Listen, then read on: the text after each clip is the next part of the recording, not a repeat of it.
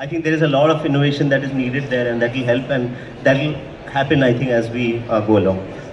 Coming back, we'll change gears a little bit. Coming back to Himanshu, what is your tier 2 or tier 3 strategy? And why I'm asking this is, most of the factors that I spoke about earlier, pent-up demand, rising disposable income, middle class and all of that, even the adoption of social media, or this is actually happening more in tier 2, and Jio has really enabled access to a lot of consumers as well. So are you also seeing a lot of demand coming on from tier 2 and tier 3? Because I know that there is a lot of potential. Search interest is there. Digitally, we know that there is down to this challenge what we face, and with SODC being since last 76 years, we have touched base all this segment of the customers. But what now, since last 5 years, what we are seeing is, let me give you an example of Gujarat. I think that is more relevant because we have a lot of people who are traveling from Gujarat. In this particular market, food plays a very important role. That is one of the biggest criteria for them. The second most important criteria which comes is convenience, and third is the value. If you want to cater to this market, these three are the biggest pillars which you need to address.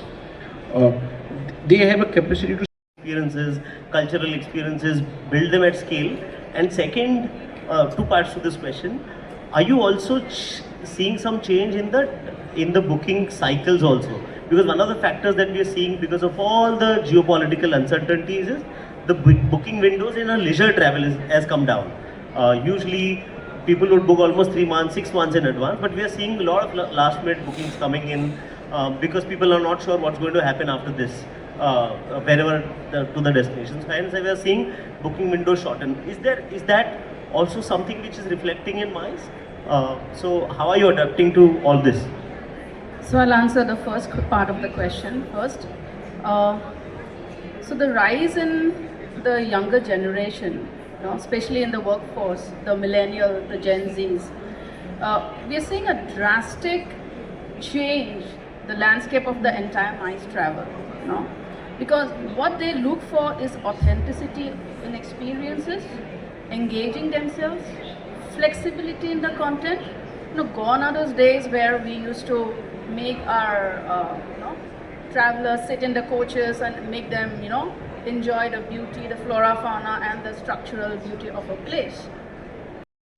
But they got everything, starting from fine dining at Bombay Brasserie, which is supposed to be one of the elite hotels, to those attractions which we never did it for the group.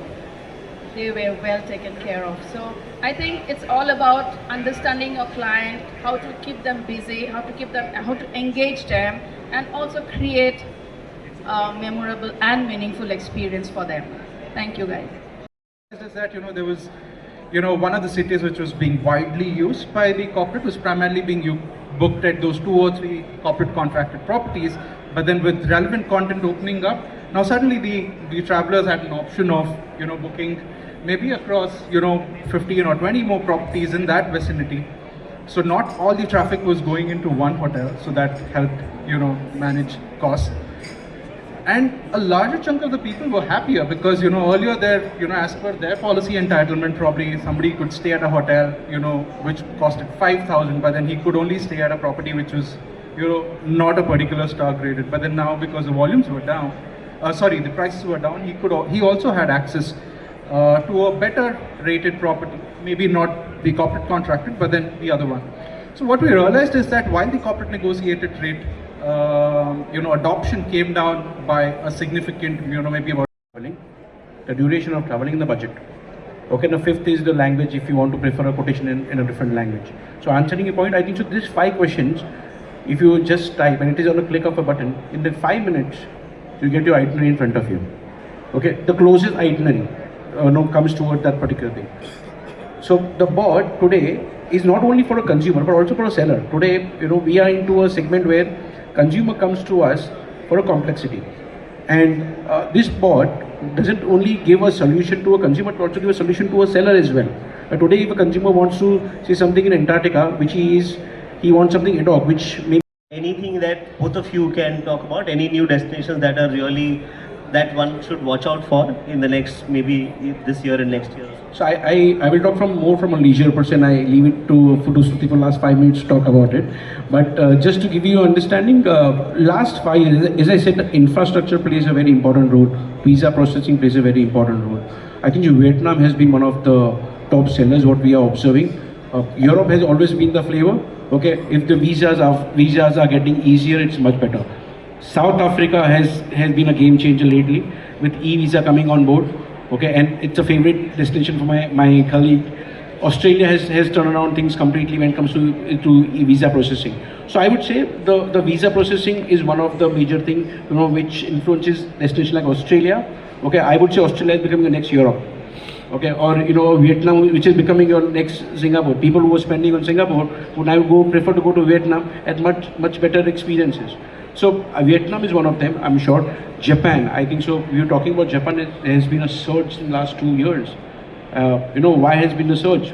Direct connectivity. A new option, beautiful infrastructure. I would say that is something is another destination in Japan. I would look at Europe has always been a part of it. But if you see, the Eastern Europe is more beautiful, which has now been getting uncovered by again better connectivity. So Eastern Europe is another part of it. If I look from domestic per se, I would look from international per se also. I would say Sri Lanka. Sri Lanka is a great blend, okay, of giving you a feel of a South India market, having an international touch with better infrastructure. And last and the most least, I would say from a domestic per se, even Bhutan is one of the area which is picking up quite well, very much untouched towards it. So I think so more or less these are the 5-6 destinations which are trending quite well for us. Suti, 2-3 minutes mein.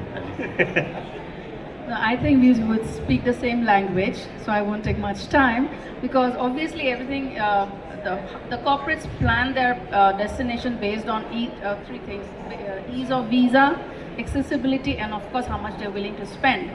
So the current trend, yes, we are seeing that it's Vietnam. From the Middle East is Dubai, Abu Dhabi, Bali again, yes. Because of the sentiments of the people right now, Turkey and Baku has taken a halt. But I think we need to be prepared for China and Russia. Yeah. There's already a resurgence, Yes. especially after. I'm sure it will get Recce's better have with the already after the started SEO. happening for China now, and people are going for this phenomenon-based travel, like the Northern Lights, cherry blossom, what you mentioned for Japan, or even in the domestic market today with the infrastructure like Yashobhumi and the Geo World Center with this global